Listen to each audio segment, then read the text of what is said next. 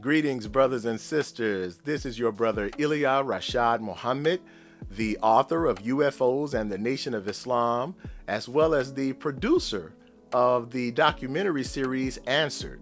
And of course, I'm very fortunate, privileged, and blessed to serve on the research staff of the Honorable Minister Louis Farrakhan. And I just want to express my excitement about my upcoming visit to the great city of Boston. That's right, we're going to be holding a workshop on the truth of UFOs and UAP as they now call them.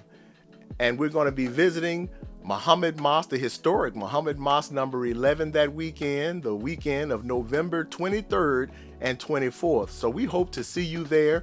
We are encouraging the students, the scholars, the researchers in the area to come on out and join us. Bring your questions and bring your level of scrutiny that you may have, and we can guarantee you that we can provide some solid answers regarding this global UFO phenomena. So we hope to see you there. The professors, all of the nearby colleges, Harvard, MIT, Cambridge, Boston U, Boston College, come on out.